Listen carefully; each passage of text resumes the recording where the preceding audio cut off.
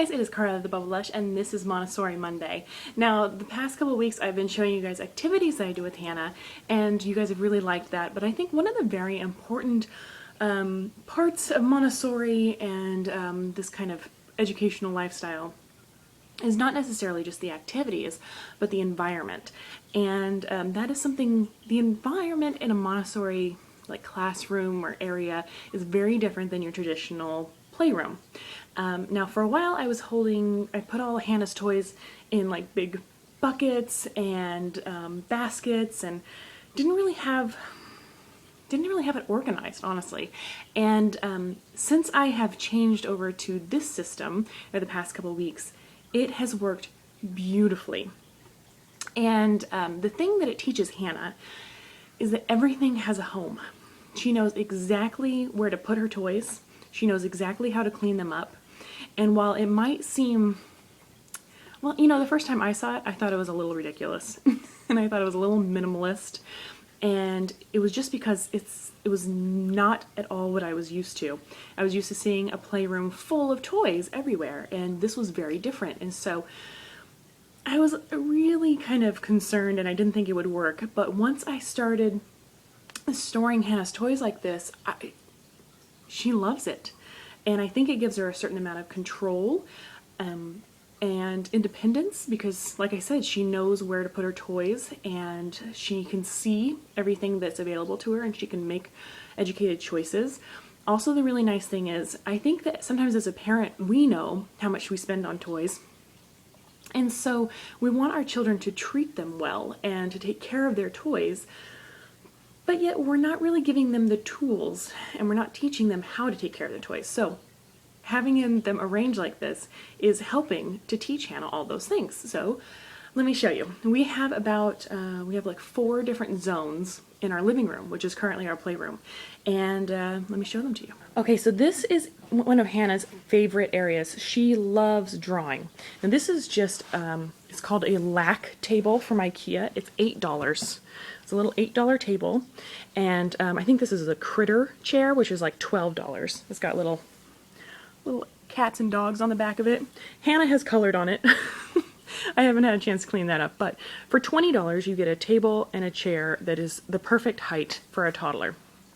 Now I got Hannah just a little coloring book, which is a new addition. She has just been drawing on paper, and what I do is I give her all of her paper in a bin, and this is right by the window outside of her house, and she likes to take pictures, so that's why our camera is there. And then this is a little box from Melissa and Doug. Her little egg shakers used to be in there. They're little like handleless maracas, but they perfectly fit her crayons. So I like that her crayons have a home, her paper has a home, and her coloring book fits perfectly on the table. Sometimes she also has snack time here, and she likes having her little desk. So that's kind of our first zone. And then we have her block table, which she loves. It keeps them all contained, but it's close to her table, so if she wants to bring over blocks and actually build on her table, it's really easy to do that. And also there is a lid that snaps down. There's a little snap right here. So it keeps the mess contained. And I really like that about these. Now these are mega blocks, and I also have Duplo blocks, but right now we're playing with mega blocks. Okay, let's look at the second zone. Okay, this is our main area. Now this is an IKEA bookshelf. It's called an Expedit. It's their 2x4 and 2x4, and it's about $80. The baskets are also from IKEA, and they fit in there perfectly. So for about $100 you can get this set up. I love the Expedit bookcases. I have 3 of them in my house, and I plan to add more. They're just perfect. So each of these areas, each of these little cubbies has a activity in there. And then down below, sorry it's a little shaky, these 3 are currently used for storage. And this basket has all of her cars in it. And right next to the bookcase I have her little car ramp. So that activity is very close to each other. We've got her lacing beads, which she still loves, her stacking cups, a shape sorter, and then currently she's really big on like ring toss. I also have a little chair and her stroller, and this is great because she knows exactly where to put her stuffed animals. So when we clean up, they all go in either the stroller or the little chair, or she can take them and put them in her room. She has a little baby cradle in her room, but that is an appropriate place to put her stuffed animals, and she knows it, and so she cleans them up. It's perfect. You'll also see on top, she has 5 books. So the number doesn't necessarily matter, but we rotate these out, and I kind of follow this formula. She has a really big board book that she can turn the pages easily, but there's not necessarily a lot of words to read, but there are quite a few pages. Then she has a Dr. Seuss book, which is a quick read for me, but she can also read it herself. There is a longer book, that's Toy Story 2, and that has a lot of words in it, and she will bring that over to me for me to read. Then she's got a small board book, which she can easily read the words because there's usually only 1 word per page. And she mainly does that. She likes to turn the pages herself. And then there's another quick paperback read. So basically you've got 2 books that she can read herself, 2 quick books that I can read her very quickly, and then 1 longer book. So that's kind of a main area. And then right around the corner is this bookcase. Now this is from Target. It's about $80 as well.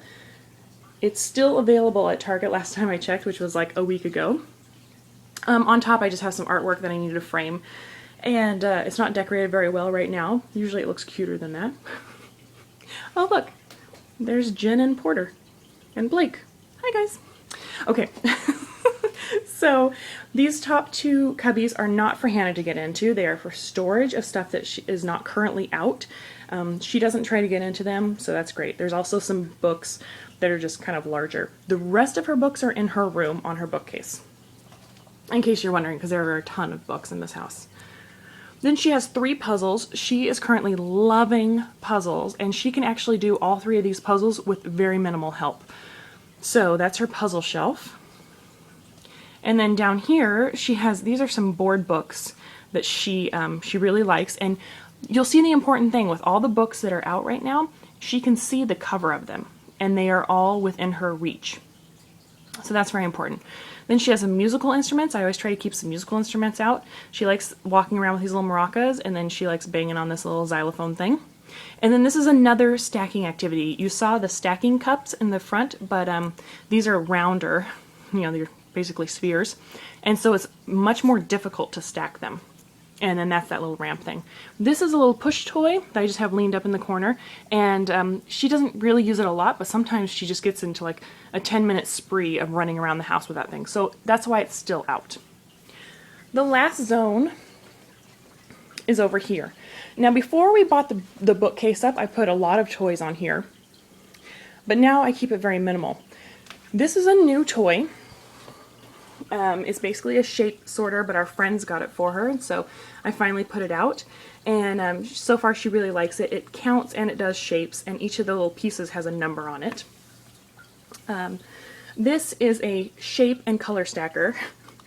The other square is in my car for some reason. Hannah brought it with her this morning. But it's really important for you to keep all the puzzle pieces and stuff together, and keep them in really good shape. Another thing, it's just to teach them to take care of their items. So she does this puzzle very quickly, and actually she's probably going to outgrow it within the next couple weeks. And then this is a toy that she has definitely outgrown, but she just really enjoys it. She'll come over here and like slap it down. So that's probably going to be removed next month as well. But right now this is just kind of an area where sometimes she comes over here and plays a little bit while she has her blue dog. She got this for her birthday. She loves coming over here and bouncing on it, and honestly it's just a way for her to work out some energy and just kind of play a little bit. So that is it. That's the 4 areas. We got her desk, her building blocks, her bookcases, which is the main area, obviously, and then the mantle. And just one final word about the mantle, because I know I'm going to get a comment about it. we did have this completely baby-proofed with foam, and Hannah eventually got to the point where she ripped it all off. And so we have just taught her to be very careful, and that it's hard, and that she could hurt herself if she is running around here and playing. So even though this dog is close to this, she knows to pull it out over here, far away from the mantle and the fireplace. So obviously just always keep your area and baby proofing and stuff in mind, but it just got to the point where it was more of a hazard because pieces were missing and some pieces were on. So we just took everything off and taught her to just be aware of her surroundings. So, and it hasn't been an issue with us, but obviously Hannah is also older. So we would put that back up there if we had another young baby in the room. So that is it. I hope you have enjoyed seeing what is on my shelves for March. And I usually change these about every 2 weeks. So I'm probably going to mix it up here sometime this week. Some things will remain constant, but new activities will be added in just to keep it entertaining. If you have any questions, feel free to leave them below, and I will talk to you guys later. Bye, guys.